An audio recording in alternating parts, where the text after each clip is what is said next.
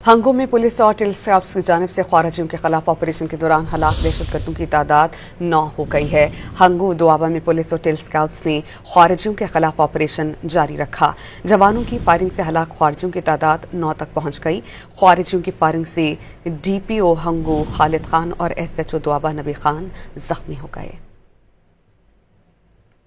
हंगो में पुलिस और till scouts की जानिब से ख्वारिजियों के खिलाफ ऑपरेशन के दौरान हलाक दहशतगर्दों की तादाद 9 हो गई है।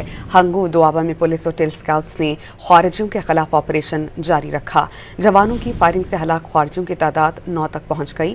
ख्वारिजियों की फायरिंग से DPO हंगो खालिद खान और SHO दोआबा नबी खान जख्मी हो गए। हंगो में पुलिस और टिल स्काउट्स की जानिब से ख्वारिजियों के खिलाफ ऑपरेशन के दौरान हलाक दहशतगर्दों की तादाद 9 हो गई है। हंगो दोआबा में पुलिस और टिल स्काउट्स ने ख्वारिजियों के खिलाफ ऑपरेशन जारी रखा।